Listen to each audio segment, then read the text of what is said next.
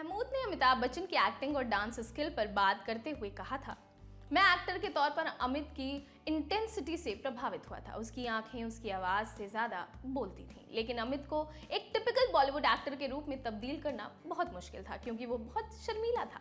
जब बात नाचने की आती थी तो एकदम भोंदू था।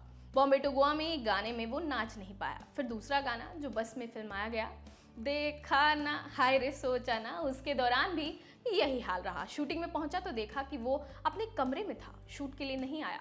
102 डिग्री बुखार था। कमरे में पहुंचा तो रो रहा था। बोला, भाईजान मुझसे नहीं होगा, सुबक रहा था। मैंने कहा, देखो जो आदमी चल सकता है वो नाच भी सकता है।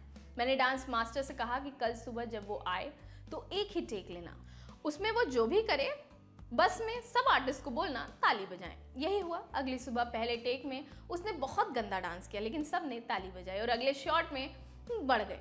तारीफ सुनकर वो चौड़ा हो गया। एक्टर की खुराक तारीफ ही होती है। फिर शूटिंग सही से हुई और जो गंदा शॉट था उसे हमने अंत में फिर फिल्माया।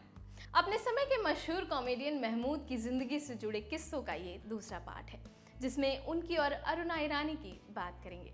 नमस्ते, मेरा नाम है मेघना और आइए शुरू करते हैं आज का एपिसोड।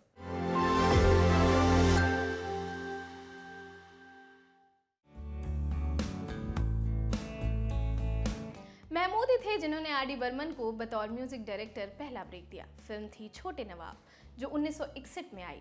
इसकी कहानी महमूद के पिता मुमताज अली ने लिखी थी। इसमें उन्होंने छोटे नवाब का लीड रोल किया था।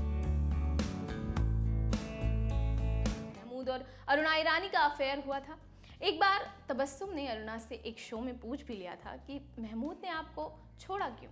उसके बाद महमूद ने उन्हें फ़ोन करके कहा कि तुमने अरुणा से ऐसा क्या पूछ लिया कि लोग हर जगह मुझे घेर रहे हैं।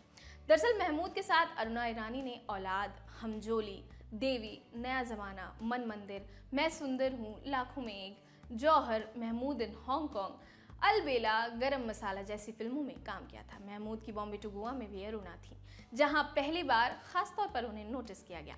तब अरुणा की फिल्म कारवां भी लगी थी। दोनों ही सिल्वर जुबली हुई। अरुणा को लगा कि अब उनके घर के बाहर निर्माता लाइन लगाकर खड़े होंगे। उन्होंने चाय सर्व करने के लिए नई क्रॉकरी भी खरीदी, लेकिन अगले 3 साल तक एक भी प्रोड्यूसर चलकर उनके पास नहीं आया। इसका कारण महमूद से उनकी नज़दीकी को माना जाता है, जो कथित तौर पर अरुणा का करियर संचालित कर रहे थे। बहुत बाद में एक इंटरव्यू में अरुणा ने कहा, हाँ मैं उनके साथ दोस्ताना थी, यहाँ तक कि मैं ओवर फ्रेंडली थी। आप इसे आकर्षण भी कह सकते हैं, दोस्ती भी या कुछ भी, लेकिन हम लोगों ने कभी शादी नहीं की थी, हम प्यार में भी नहीं थे।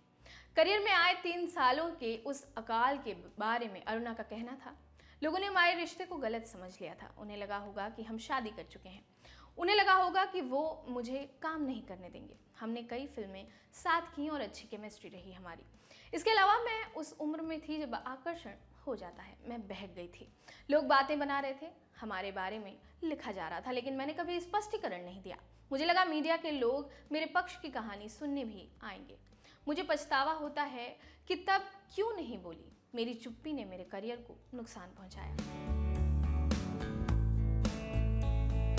बॉम्बे टू गोवा में महमूद और उनके भाई अनवर कंडक्टर और बस ड्राइवर बने थे। वो एक तरीके से केंद्रीय पात्र थे। अमिताभ और अरुणा ईरानी हीरो हीरोइन थे। शत्रुघ्न सिन्हा विलेन थे। अमिताभ के करियर की पहली प्रमुख फिल्म थी, वो भी बेरोजगारी के दौर के बाद मिली थी। महमूद ने उन्हें घर में आसरा दे रखा था, फिल्म दी थी। खुद तब कद्दावर सेलिब्रिटी हुआ करते थे। अमिताभ उनसे बहुत डरते थे। फिल्म के एक सीन में उन्हें अरुणा ईरानी का हाथ पकड़ना था, लेकिन वो बहुत डरे हुए थे, क्योंकि तब महमूद अरुणा का अफेयर चल रहा था। वे कैसे उनका हाथ पकड़ लें। लेकिन ये देख महमूद ने उन्हें कहा कि सिर्फ काम पर ध्यान दो, बाकी सब भूल जाओ कि कौन क्या कहाँ है। उसके बाद उन्होंने वो सीन किया। ये भी कहा जाता है कि अपने शीर्ष पर होने के दौर में महमूद जब सेट पर आते तो हीरो लोग भी शर्ट के बटन बंद करके खड़े हो जाते थे।